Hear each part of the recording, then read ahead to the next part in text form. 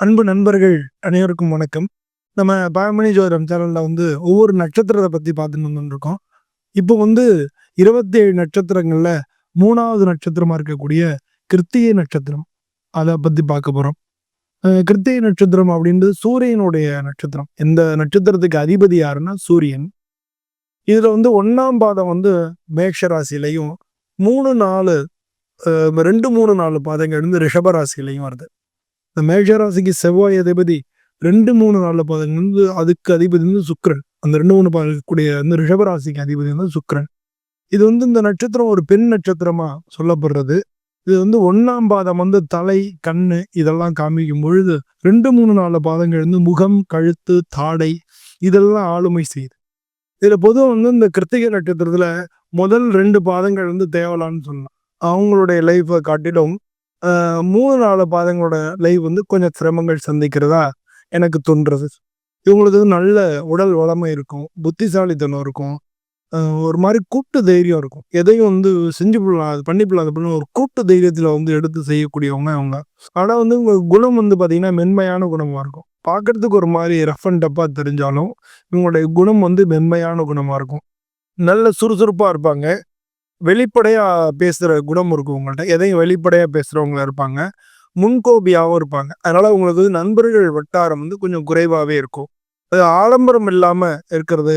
அதுவும் இவங்க ஆடம்பரம் இல்லாம இருப்பாங்க. தன்னுடைய சக்தி எவ்வளவோ அதுக்குள்ள வாழணும் அப்படின்னு சொல்லி அந்த மாரியான எண்ணங்கள் உள்ளவங்கள்ல இந்த கிருத்திகை நட்சத்திரக்காரங்க முதன்மையானவங்க. இவங்களுக்கு கனவு காண்றதே பிடிக்காது. நாளைக்கு அப்படி இருக்கும், இப்படி இருக்கும் அப்படின்னு சொல்லி அப்படி போணும், இப்படி போணும் அந்த மாரி கனவு காண்றதே பிடிக்காது. அதனால உங்களுக்கு காதலும் பிடிக்காது. கனவு காண்றவங்க தான் காதல் பிடிக்கும். இவங்களுக்கு கனவு காண்றதே கிடையாது. அதனால காதலும் இவங்களுக்கு பிடிக்காததா இருக்கு. இவங்க தாய்மொழி, நாட்டுப்பற்று அதெல்லாம் இவங்களுக்கு இருக்கும். எப்பவும் சிரிச்ச முகமா இருப்பாங்க. ஆனா சண்டைன்னு சண்டை போடுவாங்க. சண்டை பிரியர். சிரிச்ச முகமா இருக்காங்கன்னு பார்க்க முடியாது. இவங்கள்ட்ட ஏதான பிரச்சனைன்னு போயிட்டா விடாப்பிடியா சண்டை போடுவாங்க. அதிரடியா வாதங்கள் வைக்கிறதுல இவங்க மாரி முடியாது. அதிரடியா வாதங்கள் வைப்பாங்க. அந்த மாரியான குணம் உள்ளவங்க. இவங்களுக்கு குடும்பம் அப்படின்னு பார்க்க போனா, இவங்களுக்கு காதல் பிடிக்காதுன்னு முன்னாலயே சொன்னேன். இவங்களுக்கு காதல் பிடிக்காததுனால அவங்க நமக்கு அரேஞ்சுடு மேரேஜ் தான் அவங்க முக்காவாசி பேர் பண்ணிக்குவாங்க. மன வாழ்க்கையில ரொம்ப கராரா இருப்பாங்க. மனைவி மக்கள் மேல அக்கறை இருக்கும். அவங்களுக்கு வேண்டியதெல்லாம் செய்வாங்க. இருந்தாலும் இவங்க சொல்றத கேட்கணுன்ற மாரி ஒரு மாரி கராரா இருப்பாங்க. அவங்கள்ட்ட விட்டு குடுத்து போமாட்டாங்க. பிள்ளைகள் வளர்ப்பதுல இவங்கள எப்படி வளர்க்கணும், அப்படி வளர்க்கணும், இவங்கள எப்படி கொண்டு வரணும் அப்படின்ற மாரி அந்த மாரியான எண்ணங்கள்லாம் உண்டு. இவங்களுக்கு அதீதமான தெய்வ பக்தி உள்ளவங்க. நல்ல தெய்வ பக்தி நெறையா இருக்கும். அதீதமான தெய்வ பக்தி உள்ளவங்க. கடவுள் கும்புறதுல எந்த குறையும் வைக்க மாட்டாங்க. ஆனா தனக்குன்னு ஒரு தனி பாதை வச்சு, அந்த பாதையில தான் போணும் அப்படின்றத இவங்கள இது பண்ணுவாங்க. இவங்க பொதுவா ரசிச்சு, ருசிச்சு சாப்பிடுவாங்க.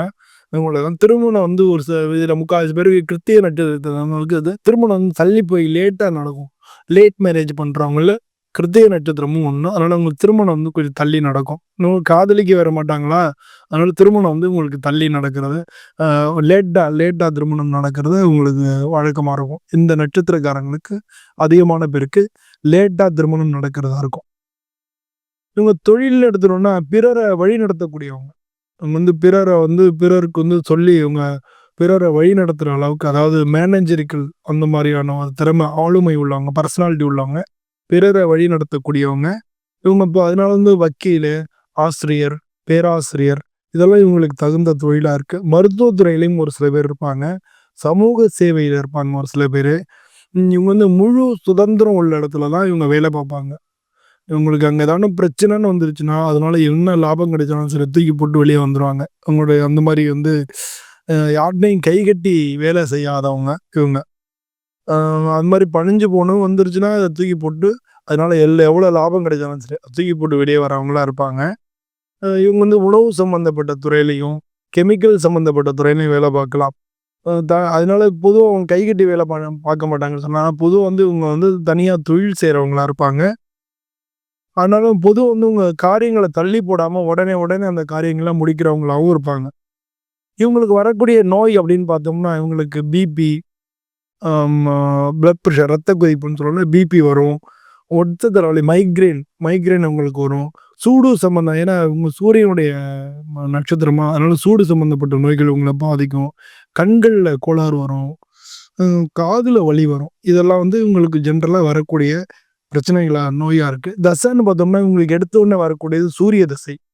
சூரியன் வந்து மேஷ ராசிக்கு 5ஆம் வீட்டு அதிபதி, ரிஷப ராசிக்கு 4ஆம் வீட்டு அதிபதி. அதனால இவங்க பொறக்கும்போது சூரிய தசை வர்றதுனால குடும்பம் வந்து முன்னேறும். குடும்ப முன்னேற்றங்கள் நடக்கும். ஏன்னா சூரியனுடைய நட்சத்திரம் தானே இவங்க. குடும்ப முன்னேற்றம் இருக்கும். இவங்க அப்பாவுக்கு நல்லா இருக்கும். உங்க அப்பாவுக்கு ப்ரமோஷன் கிடைக்கிறது. இவங்க ஒரு சில பேர் வந்து இவங்க பொறந்ததுக்கு அப்புறம் தான் அவங்களுக்கே வேலையெல்லாம் கிடைக்கும். அது மாரி வந்து இவங்க பொறந்ததுக்கப்புறம் அவங்க அப்பாவுக்கு வேலை கிடைக்கும். அது மாரி அப்பாவுக்கு நல்ல முன்னேற்றங்கள் ஏற்படும். ப்ரமோஷன் கிடைக்கும். அவங்க ட்ரான்ஸ்ஃபர் கிடைக்கும். இந்த மாரி அவங்க அப்பாவுக்கு தொழில்ல இருந்த பிரச்சனைகள்லாம் தீரும். இவங்க பொறந்தவுடனே இவங்க அப்பாவுக்கு வந்து முன்னேற்றங்கள் இருக்கும். ஏன்னா இவங்க எடுத்த உடனே சூரிய தசை தான் அவங்களுக்கு வருது. ஒரு சில பேருக்கு வந்து அந்த ஜாதகத்துல சரியில்லைன்னா தந்தைக்கு வந்து கொஞ்சம் பிரச்சனைகளை சந்திக்க வேண்டியதாகவும் இருக்கும். இதுக்கு அடுத்த திசைன்னு வர பார்த்தீங்கன்னா சந்திர திசை.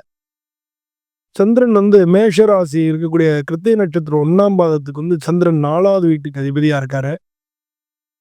இந்த கிருத்திகை நட்சத்திரம் 2, 3, 4 பாதங்கள் வந்து ரிஷப ராசியில இருக்கிறதுனால அதுக்கு வந்து 3வது வீட்டு அதிபதியா இருக்காரு. இந்த சந்திர திசையில வந்து இவங்களுக்கு வந்து கொஞ்சம் ஏன் 10 வயசு அது ஒரு ச சூரிய திசையில வந்து இல்ல சொச்சம். அதனால 10, 12, 13 வயசு அந்த ரேஞ்சில தான் உங்களுக்கு இருக்கும். அந்த வயசு வந்து படிக்கிற வயசு. கொஞ்சம் வந்து விடல வயசு. அப்போ வந்து கொஞ்சம் முன்கோபம், முரட்டுத்தனம் இதெல்லாம் இருக்கு. அந்த சூரியனுக்கே உள்ள இயல்பான அந்த குணங்கள்லாம் முன்கோபம், முரட்டுத்தனம் இதெல்லாம் இருக்கும். ஆனா குடும்பத்தில பார்த்தீங்கன்னா, ஒரு சில முன்னேற்றங்கள் இருக்கும். பூமி வாங்குறது, இடம் வாங்குறது இந்த மாரியான விஷயங்கள் எல்லாம் குடும்பத்தில நடக்கும். இதுக்கு அடுத்து வரக்கூடிய செவ்வாய் தசை. செவ்வாய் தசை வந்து அது ஒரு 7 வருஷம். 10, 17 இவங்களுக்கு காலேஜ் அந்த மாரி வரக்கூடிய காலகட்டங்கள். செவ்வாய் நல்லா இருந்தாங்கன்னா, இவங்க வந்து அந்த காலேஜ் படிப்புலலாம் நல்லா வந்துருவாங்க. ஏன்னா, செவ்வாய் வந்து உங்களுக்கு வந்து 7ஆம் வீட்டுக்கு அதிபதி. அதாவது ரிஷப ராசிக்காரங்களுக்கு, மேஷ ராசிக்காரங்களுக்கு 6வது வீட்டு அதிபதி. அந்த இதில கல்வியில முன்னேற்றமா இருக்கும். அதனால வீடு, அந்த இடம் வாங்குறது, பூமி வாங்குறது. ஏன்னா, செவ்வாயும் பூமிக்காரகன். அதனால அந்த மாரியெல்லாம் இடம் வாங்குறதெல்லாம் அந்த மாரி காரியங்கள்லாம் வந்து இந்த செவ்வாய் திசையில நடக்கும். அதனால குடும்பம் வந்து கொஞ்சம் முன்னேற்றமா இருக்கும். அந்த செவ்வாய் திசையில. இதுக்கு அடுத்து வரக்கூடிய திசை வந்து ராகு திசை. இவங்களுக்கு ராகு வந்து நல்ல சுபர் பார்வையோட நல்ல பொசிஷன்ல இருந்தாங்கன்னா, இவங்க வந்து நல்ல முன்னேற்றம் இருக்கும். ராகு திசையில இவங்க நல்ல முன்னேற்றம் இருக்கும்.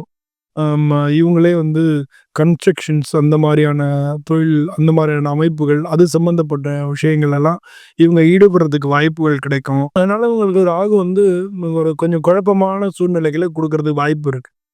ஏன்னா ராகு வந்து ஏற்படக்கூடியது வந்து நிழல் கிரகம்னு சொல்றோம். அந்த நிழல் வந்து சூரிய சந்திரனால தான் ஏற்படுறதுன்றதையும் புரிஞ்சுக்கணும். அதனால வந்து சூரியன் கிட்ட போனா எரியாத கிரகங்கள் எது அப்டின்னா ராகுவும், கேதுவும் தான். வேற எந்த கிரகம் போனாலும் சூரியன் கிட்ட போனா அதுக்கு வந்து அஸ்தமனம் உண்டு. ஆனா ராகுவுக்கும், கேதுவுக்கும் அஸ்தமனம் கிடையாது. ராகு திசை வந்து நல்லா இருந்ததுன்னா, நல்ல சுபர் பார்வை ராகு இருந்தா நல்ல முன்னேற்றங்கள் இருக்கும். நல்லா அது மாரி சுபர் பார்வையோட இல்லாட்டினா ரொம்ப கட்டங்கள், ஒரு சில குழப்பங்கள், குடும்பத்தில பிரச்சனைகள் இதெல்லாம் வரதுக்கு வாய்ப்பு இருக்கு. இவங்க கல்யாணம் பண்ணும்போது திருமணம் தள்ளி தள்ளி போக வாய்ப்பு இருக்கு. நல்ல பார்வையில இல்லாட்டினா.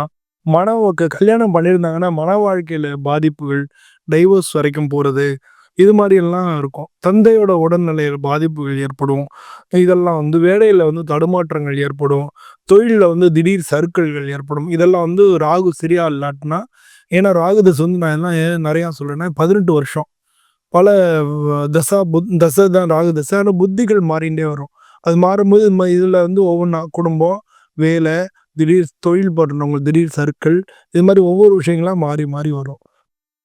உடல்நிலை பாதிப்புகள், இது மாரி அந்த கூட இருக்கக்கூடிய அந்த புத்திதாந்தன பொறுத்து அந்த விஷயங்கள் வரும். உங்களுடைய ஜாதகம் எப்படி இருக்கு அப்படின்றத நீங்க ஒரு நல்ல உங்க பக்கத்துல இருக்க ஜோதிடர்ட்ட பாருங்க. ஒருவேளை ஜோதிடர் கிடைக்கலன்னா, நீங்க என்னையே தொடர்பு கொள்ளலாம். என்னைய தொடர்பு கொள்றதுக்கு வேண்டிய நம்பர்லாம் இந்த உங்க வீடியோலயே பார்க்கலாம். பார்த்து என்னை தொடர்பு கொண்டீங்கன்னா, நம்ம வந்து ரெகுலராவே உங்களுடைய ஃபேமிலி அஸ்ட்ராலஜரா அது மாரி நீங்க வச்சுக்கிறது நல்லது.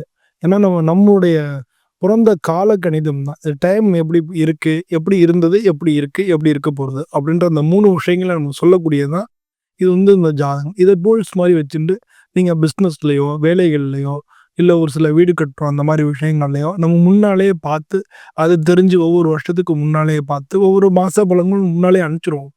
அது மாரி இந்த மாசத்துல இப்படி நடந்துக்கலாம் அப்படின்னு சொல்லி. ஆனா ரெகுலராவே உங்களுடைய ஃபேமிலி அஸ்ட்ராலஜர என்னைய நீங்க தேர்ந்தெடுத்தீங்கன்னா வச்சுக்கலாம்.